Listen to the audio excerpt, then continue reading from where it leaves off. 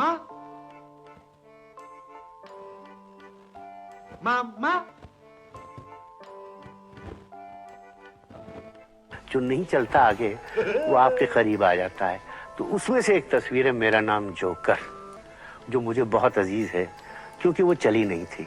इसी तरह एक जागते रहो करके है तस्वीर, वो भी नहीं चली थी।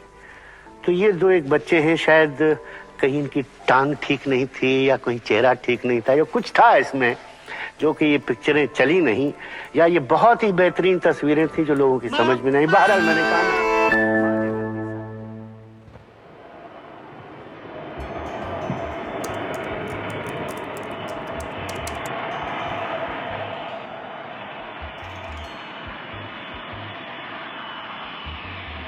Mid 20th century and classical Indian cinema era, जब इंडियन सिनेमा अपने स्टोरी टेलिंग और रियलिज्म में ज़्यादा फोकस था। सारे रीजनल सिनेमास अपनी यूनिक कल्चरल वे में मूवीज़ को प्रोड्यूस किया करते थे।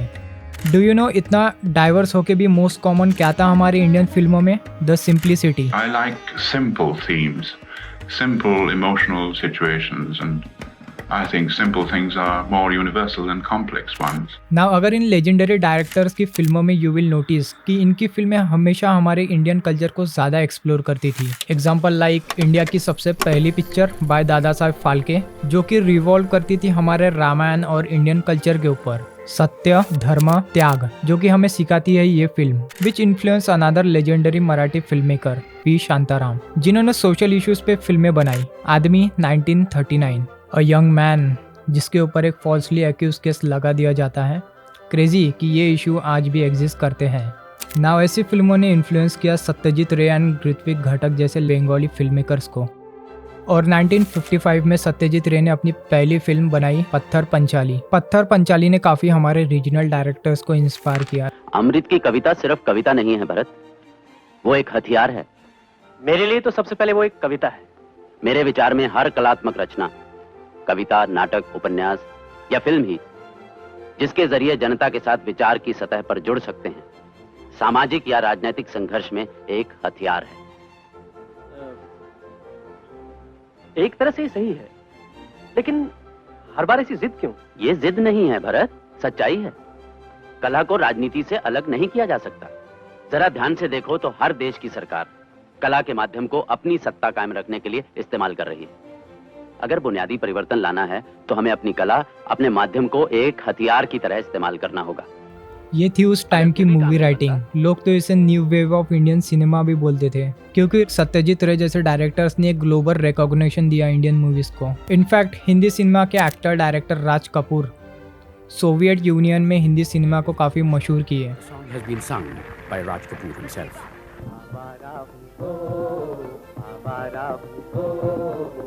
गर्दिश में हूँ, आसमान का तारा हूँ, आवारा हूँ। इवन उनकी फिल्म आवारा टर्की में मैसिव हिट रही। टर्की सिनेमा ने उसकी एक रीमेक भी बनाई। But wait, isn't the film Awara एक कमर्शियल मसाला फिल्म थी? छूने की तमीज नहीं। मेरे सख्त हाथों से तुम्हारे फूल से बदन को ठेस लगती है। मैंने माँ से पहले कहा था कि बचपन के दिन और बचपन की साथी फिर कभी लौट कर नहीं आए। वेल हाँ, but I will consider this type of films as a middle cinema, you know, जिसमें artistic and commercial elements mix होते हैं। बट सैडली पैरेलल सिनेमा का डाउनफॉल यही से ही शुरू होने वाला था। 1970 सत्यजीत रे के करियर में first time 4 back to back flops देखने मिले। Not only this, Raj Kapoor जिनकी फिल्म मैं हूँ जोकर, जो कि एक आर्टिस्टिक फिल्म थी, उनके करियर की ये बिगेस्ट फेल्यूर थी। जो नहीं चलता आगे वो आपके करीब आ जाता है। तो उसमें से एक तस्वीर है मेरा नाम जोकर, जो मुझे बहुत अजीज है क्योंकि वो चली नहीं थी। Reason? When cinema becomes a mere commodity, we risk losing the very soul of our stories.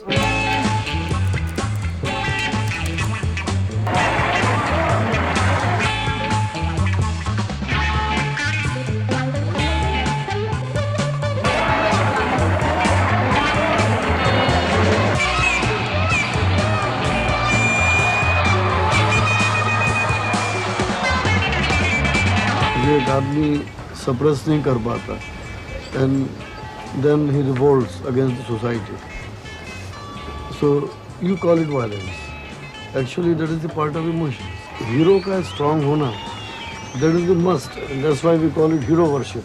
Problem पता है क्या थी इन कमर्शियल मूवीज़ की? दे वेर अनरियलिस्टिक, हमारे असल ज़िंदगी और ग्राउंड रियलिटीज़ से बहुत दूर।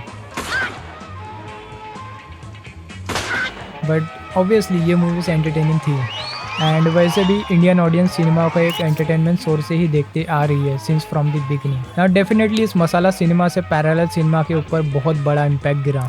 लाइक ऑडियंस को अब बस एंटरटेनमेंट ओरिएंटेड मूवीज़ ही पसंद आ रही थी जिसमें ओवर द टॉप एक्शन और मेलो ड्रामा हो। हाय राज, कितनी देर लगा दी तुमने, कितना इंतजार करवाया।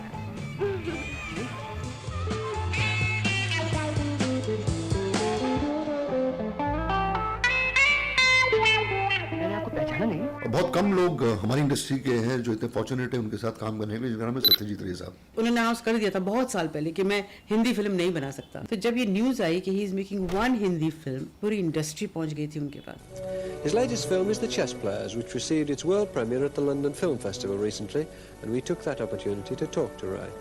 With The Chess Players, Ray is reaching out towards a bigger audience. For the first time, he uses an international star, Richard Attenborough, and dialogue partly in English, partly in Hindi, the majority Indian language.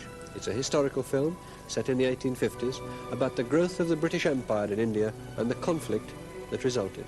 However, this movie शतरंज के खिलाड़ी बाहर western side काफ़ी popular हुई, मगर भारत में it was a box office failure. This happens in India all the time.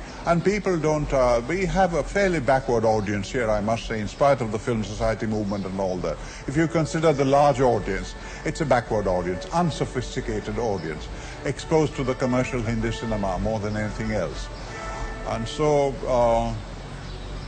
you face this problem, but you make the kind of films, I make the kind of films that I want to make.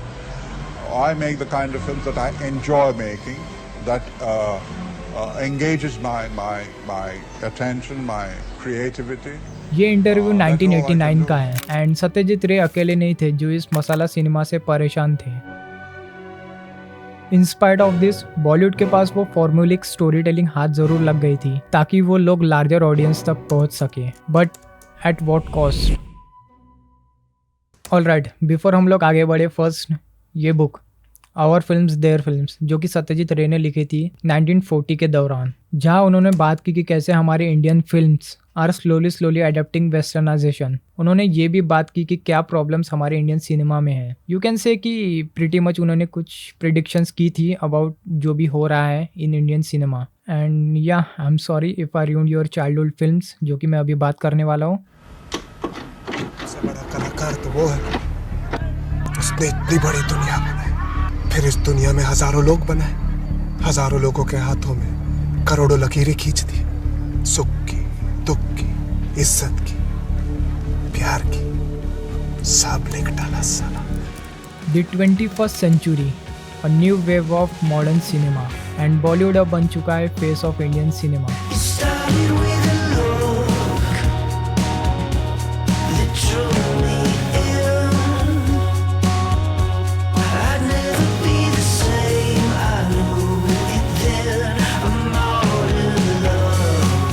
Masala movies have now taken over cinema and as imitation. जब भी copy का नाम आता है तो obviously Bollywood हमेशा number 1 पे होता है।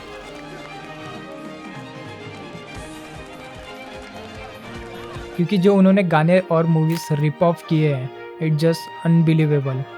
ना मैं ऐसा क्यों बोल रहा हूँ? वेल, हमारी हिंदी सिनेमा की आइकॉनिक फिल्म शोले, जो कि एक कॉपी है from 7 samurai. And not only this, the entire freaking movie is a scene-to-scene copy.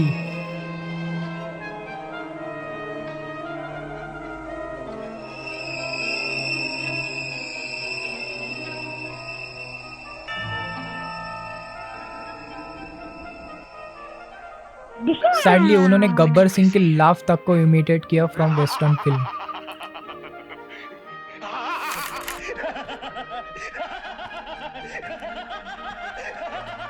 In fact इस आइकॉनिक मूवी के सॉन्ग्स तक के कॉपीड है फ्रॉम वेस्टर्न। Sad right? खैर, ये तो हमारे माँ बाप के ज़माने की फिल्म थी। So this cult film Ghajini, yo they also remake it in Bollywood to.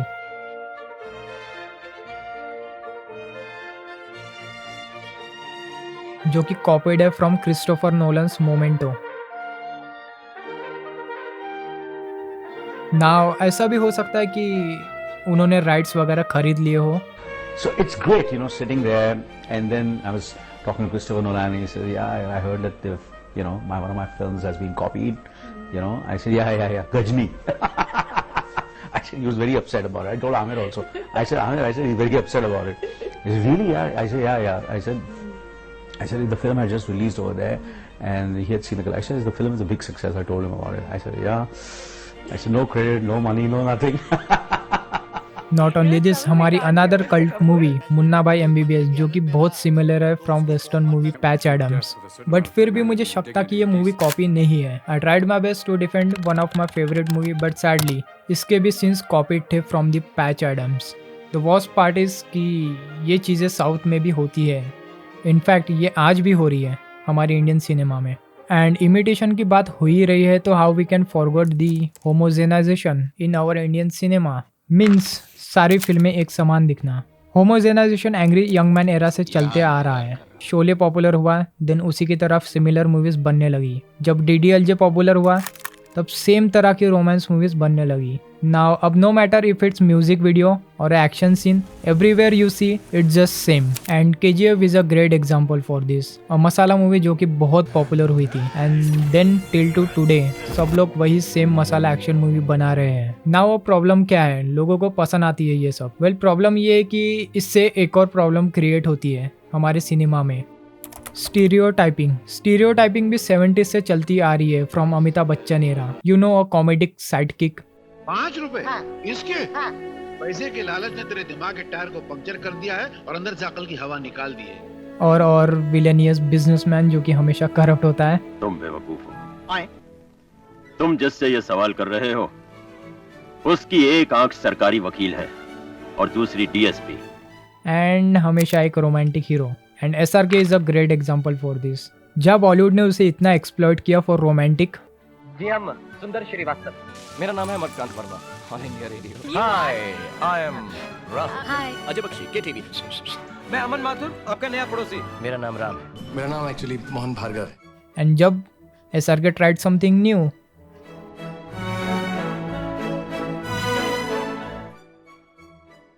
then yeah, audience never accepted him.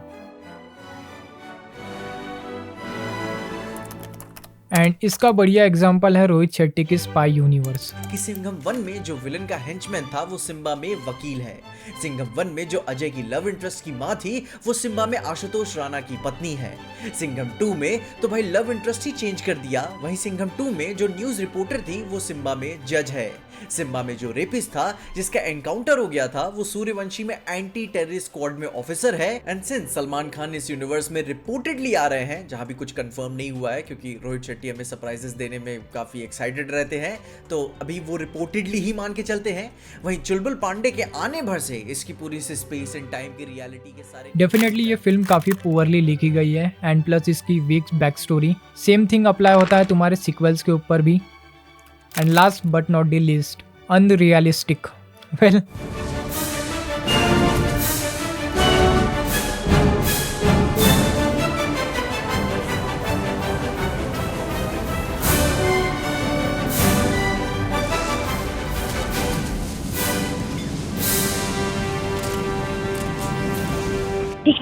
Alright, यहाँ मैं अलग एग्जांपल दूंगा। हियर्स द मूवी 3 इडियट्स, या my favourite movie by the way. So we all know कि रैंचो जैसा character real life में कभी exist करता ही नहीं है, but I love how they portrayed him in the movie. Like वो लोग उसे एक नर्डी और एक रेबल कैरेक्टर की तरह भी दिखा सकते थे, but no, it's a Raju Hirani film. They showed him in a simple and authentic way, and you know this is why कि आज भी हम लोग इस फिल्म और इस मूवी के कैरेक्टर्स के साथ रिलेट कर पाते हैं। I think Indian director should learn और take inspiration from Raju Hirani. I mean not only him but एक दूसरे से ही, यू नो। एंड मैं ऐसा क्यों बोल रहा हूँ, it will make sense later. ये सारी प्रॉब्लम सत्यजीत रे ने अपनी बुक में लिखी थी 60 या 70 साल पहले, बट ये तो बस एक वन साइड ऑफ पोर्शन था। Every aspect has 2 sides. So let's discuss the another side, which is the regional cinema.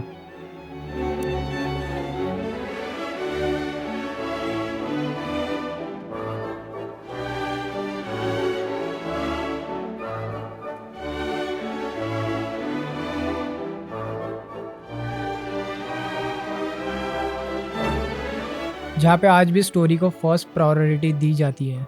Now I am not saying कि सारी फिल्में आर्टिस्टिक हो, इवन मुझे भी पसंद है कमर्शियल मूवीज़, एंड बॉलीवुड ने भी काफ़ी अच्छी मूवीज़ बनाई है, commercial and artistic both, but audience never really supported the artistic ones. In fact Satyajit Ray ने खुद बोला है कि Indian cinema is a mixture of both art and commerce, but sad part is 70 साल पहले भी कॉमर्स पार्ट डोमिनेंट था एंड आज भी डोमिनेंट होते जा रहा है। अब मैं ये नहीं बोलूँगा कि यहाँ की ऑडियंस डाइवर्स है और बैकवर्ड है, बट अजीब ज़रूर है, cause this is the same audience जो कि बॉलीवुड को गालियाँ देती है for not making good movies. जब वो बनाती है तब no one supports them, and या at the end of the day तुम्हें जो पसंद है वो देखो, कॉज तुम किसी को फोर्स नहीं कर सकते। And before I end this is what Satyajit Ray said in his book. And I guess कि this is the reason कि क्यों आज तक एक प्रॉपर रामायण मूवी नहीं बन पाई इस हिंदी सिनेमा में। But you know it is incredible, a country which has inspired so much painting and music and poetry should fail to move the filmmaker. And आज के टाइम पे ये आर्ट कम मगर बिजनेस ज़्यादा है।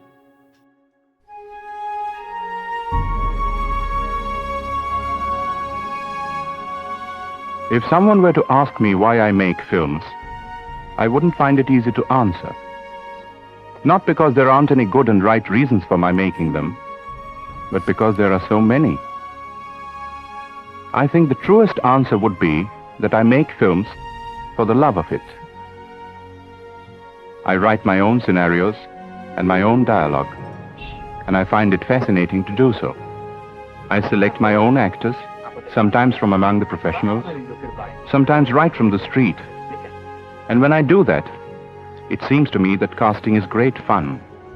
This is the true stuff of the cinema, this dizzying contrast of sight and sound and milieu. And it's a challenge for any filmmaker to try and orchestrate it and shape its various conflicting elements into a work of art.